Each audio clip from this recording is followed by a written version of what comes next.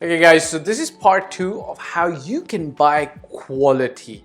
Check it out. I've got a 3 to 4 part series.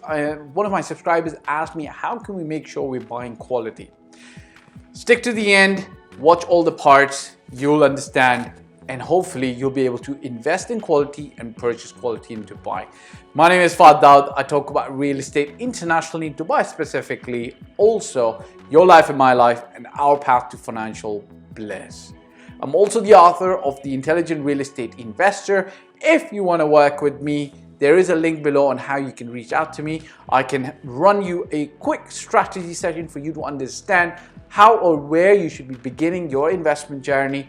I can help you evaluate opportunities if you're looking at several options, or if you want to get help with pricing and negotiation, or perhaps you're in the handover process with a property that you've just bought. Last but not the least, if you want to work with me specifically, a VIP service package that I offer, working with you from A to Z till the end, help you with the acquisition of your perfect match in terms of property. Okay, let's back to the topic at hand. So this is part 2. How do you end up buying quality? Now, in the last part, I talked about some history, okay, where we are and why. In my opinion, this is my opinion, it's theory, but it's logical common sense, where we are and why we are here, okay? So check this out and understand this a little bit, because as I move forward, part 3 and part 4 are really going to get you to understand of why you might be able to buy quality and how you might be able to do this. Understand the ecosystem of where your apartment comes. Where does it come from and what role every person plays. At the top, we've got the government, okay?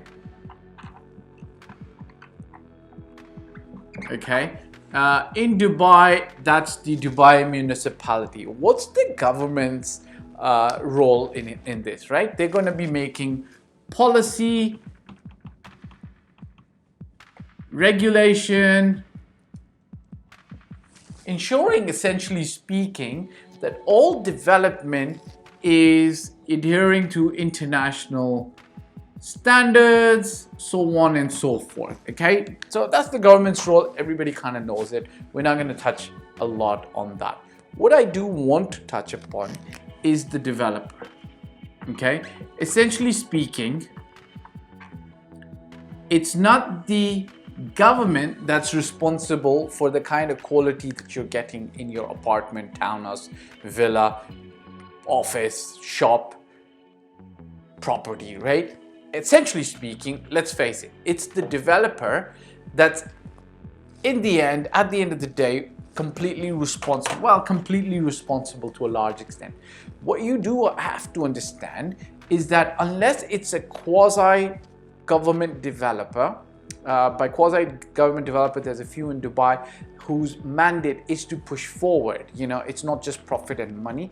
Their mandate is to push forward Dubai's vision in terms of growth, development. So they'll sometimes take on projects which are in areas that are where the government wants to push the population, or, you know, wants the growth, urban growth to happen, so on and so forth. So that's fine. But let's talk about, that's only 3 or 4 developers all of Dubai. What about the other 100 or so developers that are operating in Dubai and are willing to sell you at an apartment at a price that you are willing to pay? Understand that that developer main motive is going to be money. No matter how you hack it, no matter how you crack it, no matter how you present it, it's money, and there's nothing wrong with it, right? They're in the game to bring in resources of land, people, materials, marketing, and they are willing to invest money to make more money. So there's nothing wrong with that. They should be able to do that. Now, just so that you understand where there are leakages, so to speak, sometimes, where there are issues sometimes, okay?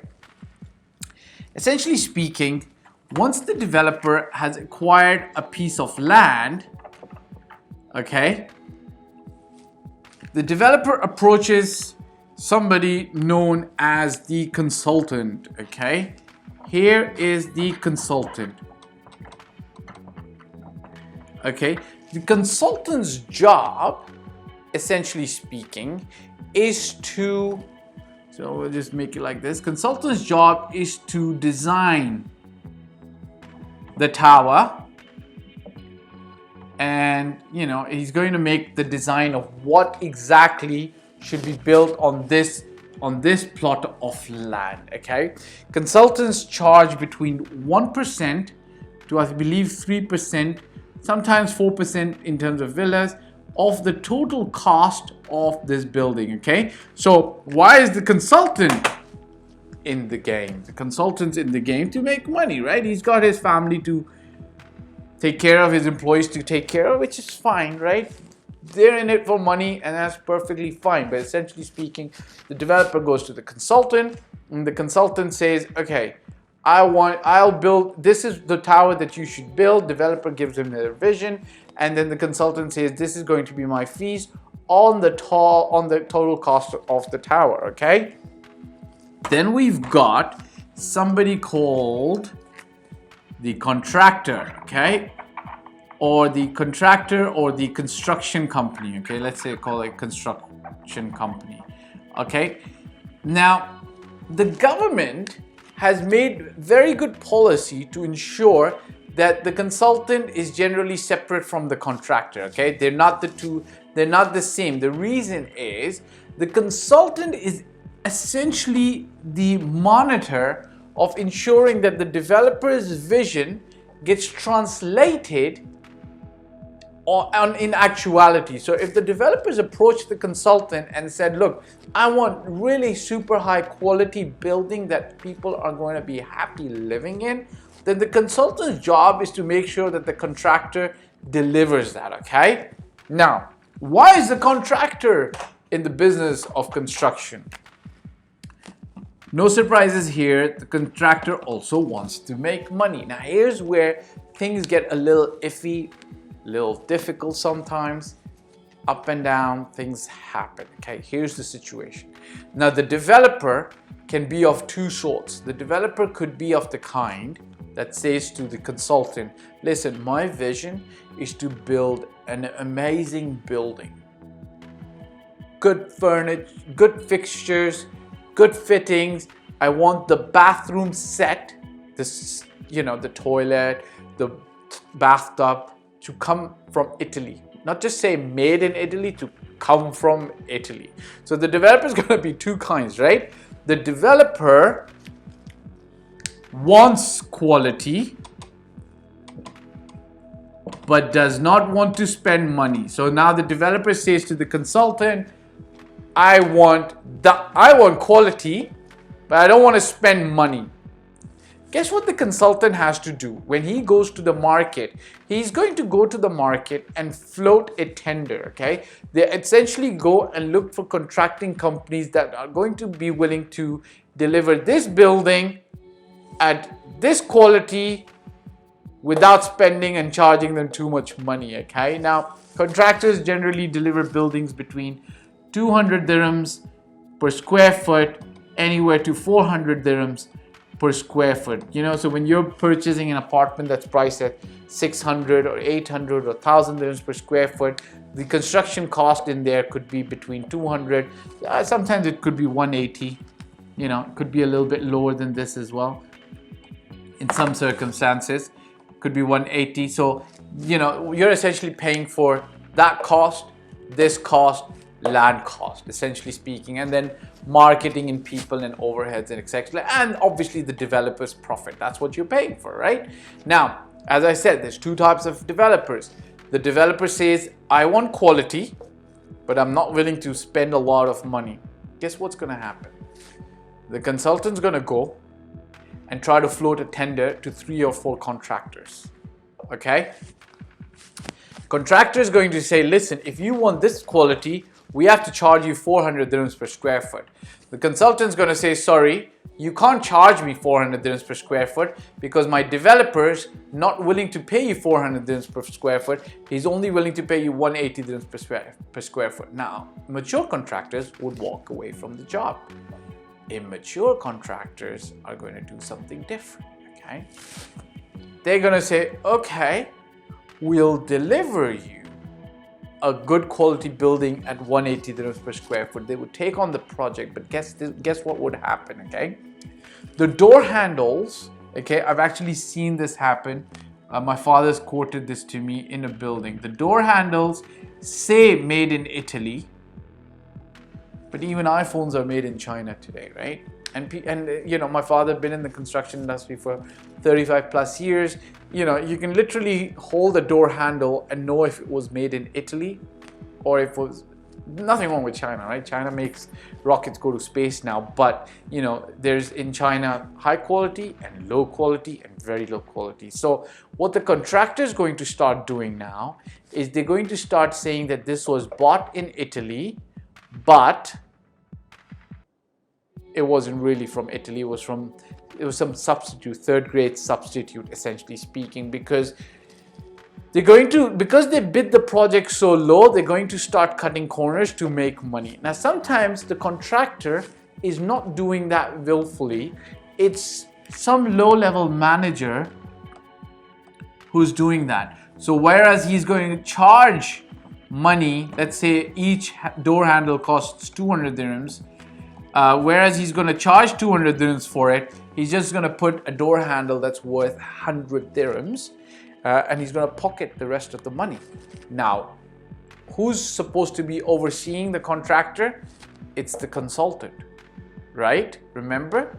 Now, there's a possibility that the consultant also, instead of being able to charge 3%, had to bid the project at 1% just to bloody win the project, right? Because the developer is such a cheapskate.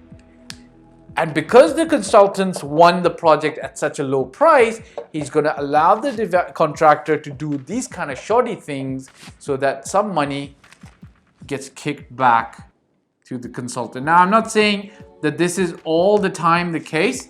And sometimes the consultant's completely clean and above board, and it's just a manager who could be at the consultant making some money into his pocket, which is completely wrong. But that's the nature of the industry. So what you need to understand that the developer might have good intentions of trying to build quality, but not giving any money. So the consultant and the contractor, they collude together sometimes to come up with ways to make money for themselves, okay? What is the end result?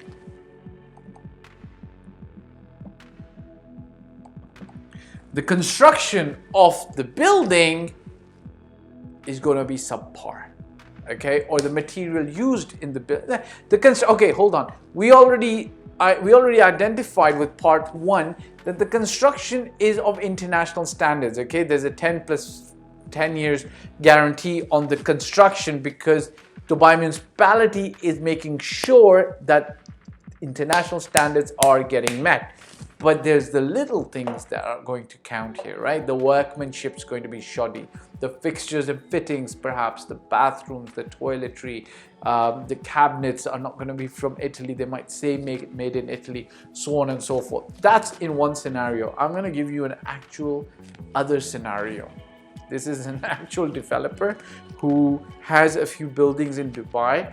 And this is what he said to the consultant, you know, because essentially the developer gives his vision to the consultant that this is my vision, Mr. Consultant, for this building. And he said, and I quote to you, he said, I am the person who gets juice from the juice. And the consultant said, what does that mean? You get juice from the juice. You know, have you ever been to one of those cafeterias where they sell you fresh orange juice? Yeah. What do they do? They squeeze the fresh orange. They squeeze fresh oranges. Once they've got the juice out, they essentially kind of like throw away the peels and the skins and then give you the fresh juice. But guess what? there is a possibility that in those peels, there's more juice. So you could put them back into, the machine and squeeze some more juice out. And the developer essentially said to the consultant, I'm the person who makes sure when I'm running a business, we're taking juice out from the skins. So when you give me a building, make sure you do what is necessary for my profit margins to be the highest. Now I shudder to think what kind of building they would have been delivering over there. Okay, so part 3, I'm going to run quickly about what kind of developers would you buy from to make sure you get good quality. Hit the subscribe button, press the bell icon, hit me up in the comment section or the description. There should be a way to reach out to me if you want to work with me. Ciao for now. Bye.